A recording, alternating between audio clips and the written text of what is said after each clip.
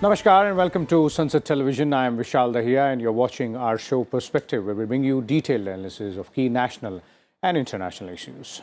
Now, two-day long 83rd Conference of All India Presiding Officers ended in Jaipur on Thursday. Key themes for discussion during the conference included India's leadership of G20, the need to make Parliament and legislature more effective, accountable and productive, integration of state legislatures with digital parliament, and the need to maintain a harmonious relationship between the legislature and the judiciary in accordance with the spirit of the Constitution. Emphasizing the need for harmonious relation between all organs of the state as envisaged in our Constitution, Vice President Jagdeep Dhankar said that the legislative sovereignty of Parliament is inviolable. He also underscored that dialogue, discussion and debate are key for the effective functioning of both the Parliament and other legislatures as well. Also expressed concern over the increasing instances of disruption in legislative bodies.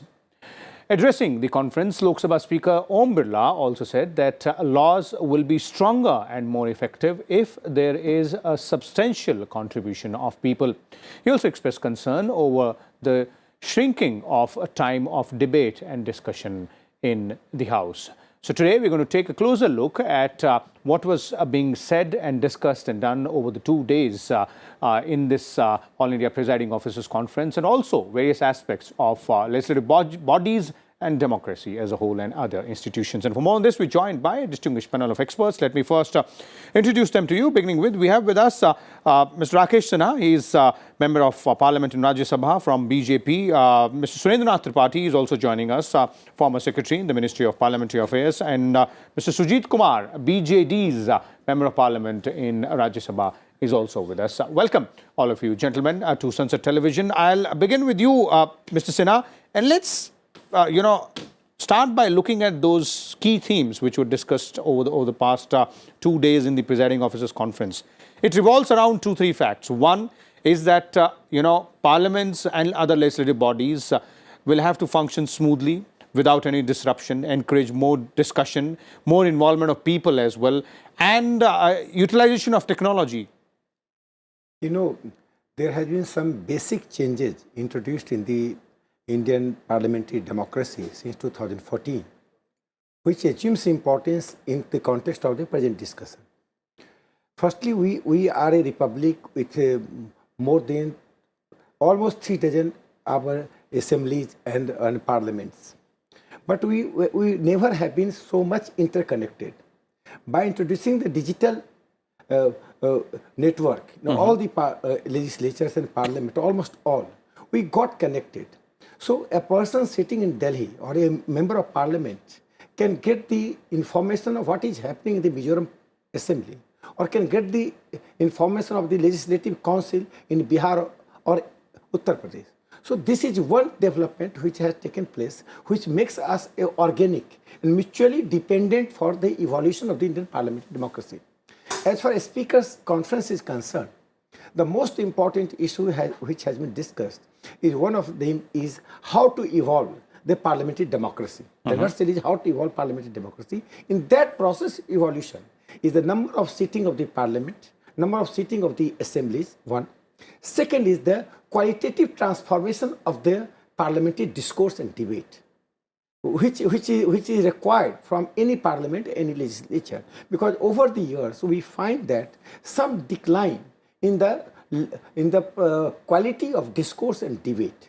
Third important thing which has been discussed, which has a far-reaching impact in a liberal democracy, is the role of judiciary, the relationship between legislature and judiciary. The parliament is a supreme body. It gets the mandate of the people. When people give the mandate, it does not give a partial mandate. It gives a full mandate to discuss the complete things of the state, which includes the constitution, which includes every aspect, including judiciary. So you cannot tie the parliament that you cannot discuss this, you cannot do this. Parliament cannot be under the don'ts. Okay. So this right of the parliament legislature, which has been traditionally or conventionally confined, and judiciary always profess that parliament has certain limits.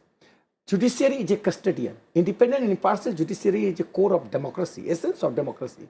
But that does not mean that legislature is confined in its duties in discussion and deliberation. Okay. Okay. Okay. Clearly sums up the various aspects which were discussed during the 2 days.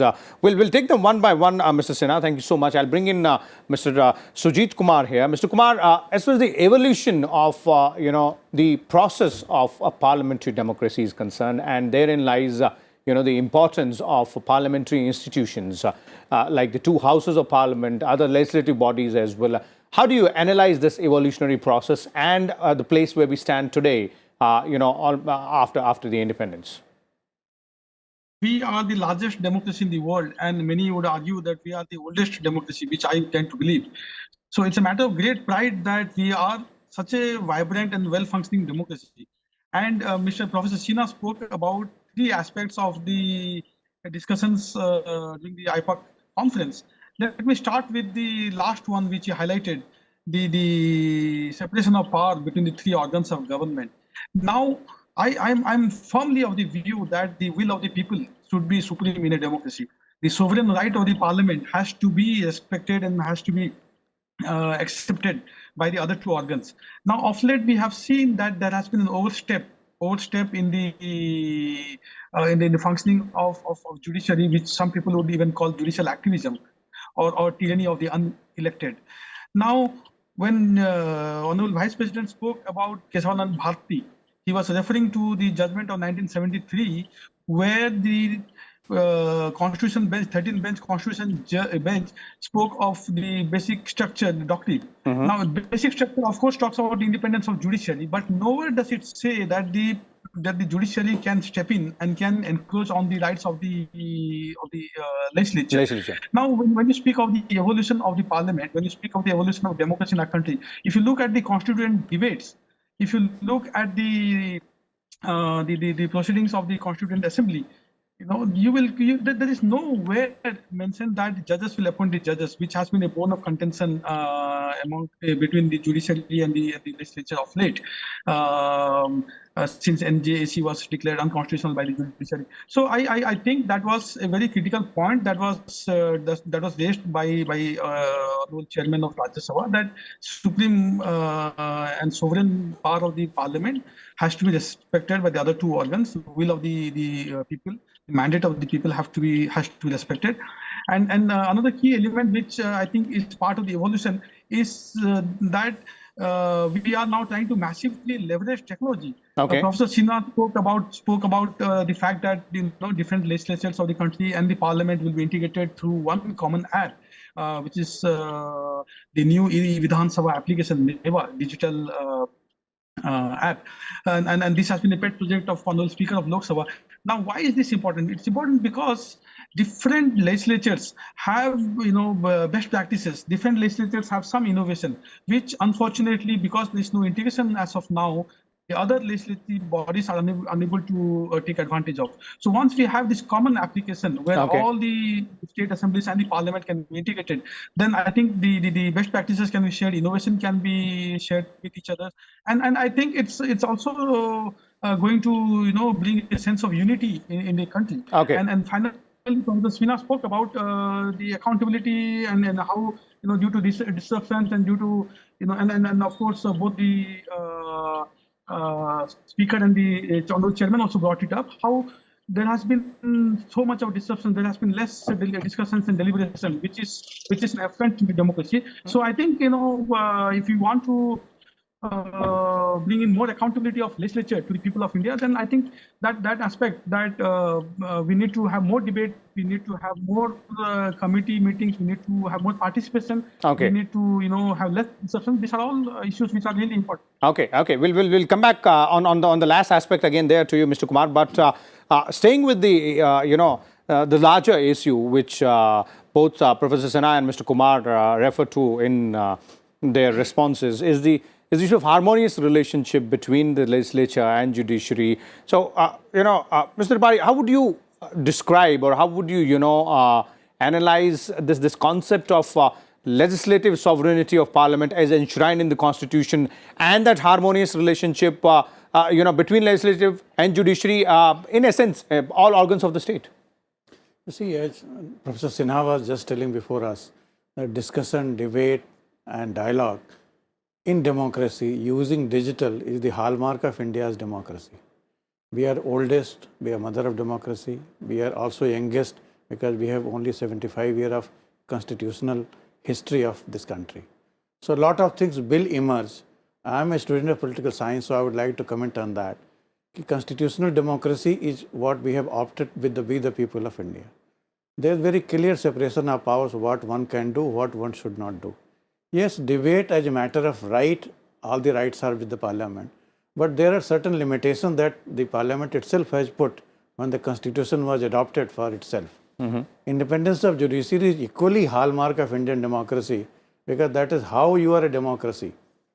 People's bill is supreme, but people's bill also has a limitation of being judicious in general, not violating the principles of give and take, A, and B, discussing in general is always permissible. Okay. But I would like to highlight the new achievement that this Parliament 16th and 17th, when I was Secretary to Parliament, I have seen it, National E-Vidhan application, which has given right to honorable members to get access to all the questions, answers ahead of time, A, get the debate of all the houses anywhere in India on the tip of their fingers. And not only that, this gives them right that using artificial intelligence and other tools, they can know which question has been answered earlier or question has been put earlier. So they need not put the same question again and maybe get the similar reply. This will save time for them and perhaps it will add time for more collaborative, constructive and debate of the parliament within the house, and it will also give public a chance to see the brilliance of our honorable members who have so much of experience of public issues. Many times we feel that we are deprived of their knowledge and wisdom, but in an orderly fashion, and that is what I wish as a citizen of this country. But I do hope that things are improving every day. Maybe the sitting of houses are shrinking, that is an area of concern. But even if they are sitting for less number of days, if there are more debates, more informed debate, it will be a bright star on the achievement of Indian democracy. Okay. Let me take that point to Professor Sinha here. Professor Sinha, more informed debates required, more discussion. You were also earlier referring in your first response. And interestingly, both the chairman of Rajya Sabha and the speaker of Lok Sabha in their addresses have, expressed concern over disruptions, reasons, whatever reasons they might be in, both the parliament and other legislative bodies as well. The focus is more so from the presiding officers is on ensuring that there is a proper discussion and a debate with a proper outcome on the floor of the House. So how do we ensure that going forward from here? We cannot see parliament, some alienated things. It is completely related to the party system. The party outside the parliament, a party inside the parliament are interconnected, organically connected. The decline of party system is decline of parliamentary democracy. And the upliftment of the party system, qualitative improvement of the party system is the upliftment of the parliament. Here I will point out one very important, significant point. Since 1951 till 2013, we remained as a conventional democratic state. We always considered and taught our pupils that we are following the British pattern of parliamentary democracy. For the first time in the history of modern India, the Prime Minister Narendra Modi ji has asserted that India is the oldest form of democracy. I am giving one very substantial thing which is related to this speakers conference. Okay. When we all know Lakshmi Republic, Vaishali Republic. When Magadha Empire wanted to attack the Lakshmi Republic, it sent one of the secretaries to Bhagwan Buddha for advice. When he asked Bhagwan Buddha, he said that any state, any republic which has continuous sitting of the legislature, continuous discussion on the people's issue, is a very, very conscious state that can never be destroyed and defeated. So this is known as Vijay Sandesh, Vijay message of Bhagwan Buddha. This means the message sent to Magadha Empire, because Lakshmi Empire or Vaishali Empire Republic has a continuous sitting of the legislature. So they didn't attack. They understood what Bhagwan Buddha wanted to communicate. Here I want to point out, there are almost 24 states which have very only 25 days sitting in a year. That is a very pathetic and very unfortunate. Punjab has only 11 days sitting. Tripura has only 14 days sitting. So our two challenges before Parliament is that how to improve the here role of a speaker is very significant, important, vital. I'm just giving 2 points. Okay. You know, a speaker has the role to improve the parliamentary debate, encourage the members who have homework, and he can also sometimes act as a headmaster by asking or by inspiring the parliamentarians to do more homework. I'm giving one example. The shrinking of the speakership is all over the world. In America, the McCarthy just now elected as the speaker in House of Representatives by getting 221 votes, and his counterpart got 216 votes. The McCarthy's election is a very much ideological divide in America. Same thing happened in Cyprus, very small state with 58 members. The person, and Anita Demetrios was elected. She's just 35-year-old in 58 members house. Now, so the important point is that a speaker must be a man of stature. Okay. A moral authority. He must command the moral authority. He must be a learned man. He is also a judge. He is also a member. He is also a chair. So I think that in India has maintained the standard of a speakership. Okay. We all have consensus that a speaker's role is very important, and we find that a speaker is playing a very vital role both in the Rajya Sabha and Lok Sabha in evolving the parliamentary democracy. Okay, fair enough. That's a very integrated part of the overall parliamentary democracy. We're also joined by Mr. Chakshu Roy, Head of Outreach at PRS. Chakshu, welcome to the show. Straight away diving into the deep details vis-a-vis what needs to be done. What are the key challenges? And one of them challenges here is to ensure smooth functioning of the House. Again, the issue of disruptions, which we have discussed quite often, but also ensuring how, parliamentary bodies, be it legislative bodies, be it the Parliament of India, the two houses, or, state assemblies, connect more with the people. How can that connect be established more?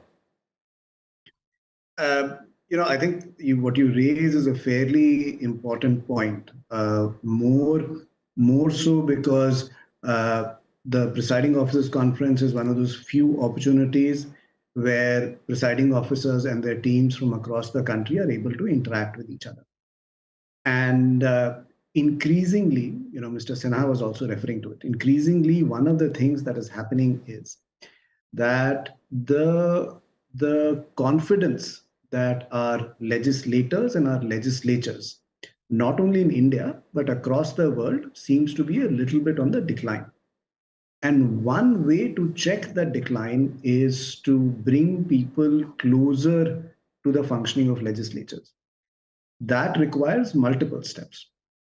Perhaps the simplest of them is to ensure that more and more people can engage with parliamentary proceedings. So whether it is by live broadcast of parliamentary proceedings, many states currently in India still don't have live broadcast of the discussions that take place in the legislatures. The second is, how do you ensure that the premises of legislatures are also much more accessible to people?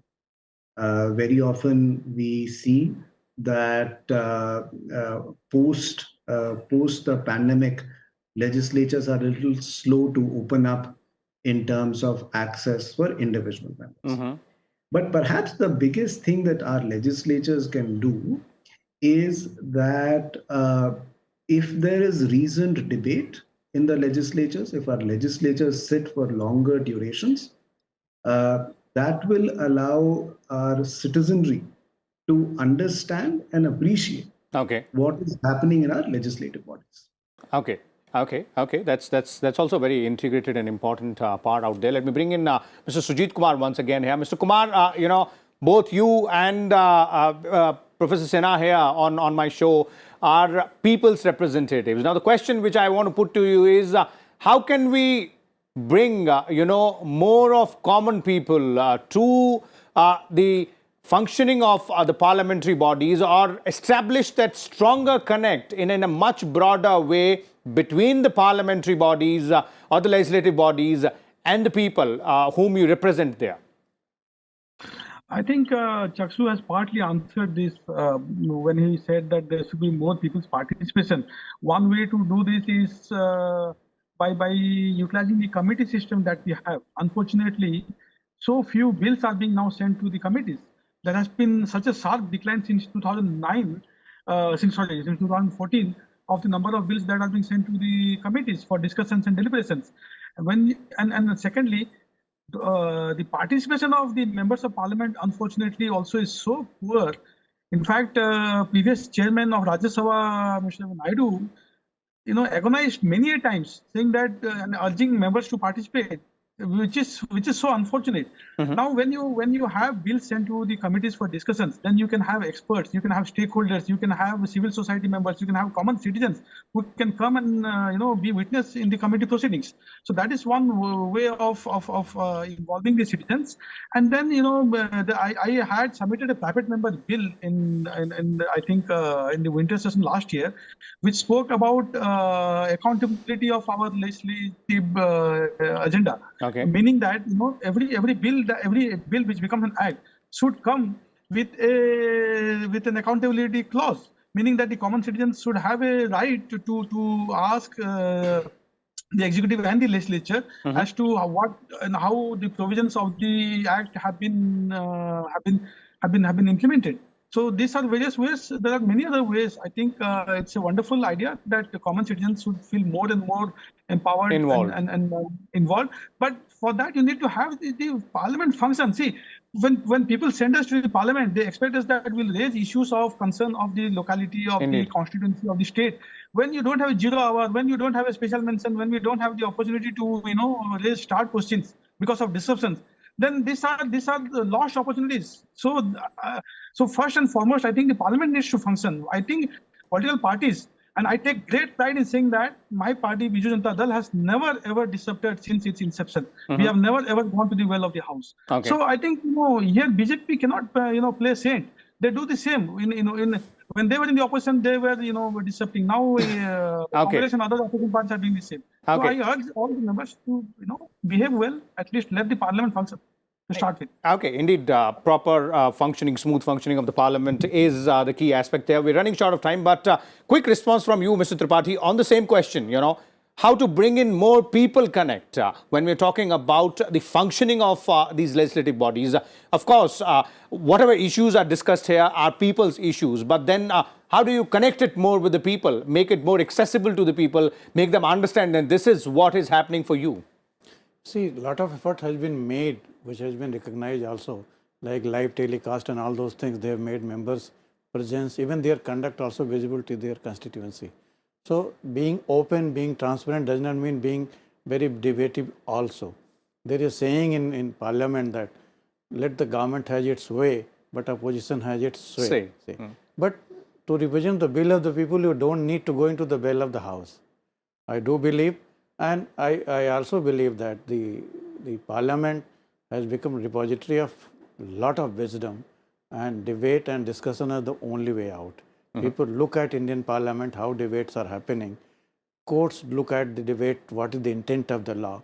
So now the time has come to go for rule as a code, which OECD countries are doing. When a law is made, let there be the algorithmic analysis of that law. How many laws existing are going to be affected by this? Today's laws are made only which are advocate consumable. We have to think of an era where laws made by parliament and assemblies are made machine consumable, and that would be the era which will be digital democracy will come. And I hope we should work on that area. And a good functional house and a good democratic society does not require involvement of people like bureaucrats like us, but require involvement of people like Professor Sinha and Mr. The other colleagues who are representing here. Okay, indeed, indeed, parliamentary democracy is all about people's representative. And let's have a final word from Professor Sinha before we bring this to an end. Professor Sinha? Earlier I said that till 1915 to 2013 we remain a conventional democratic thinking.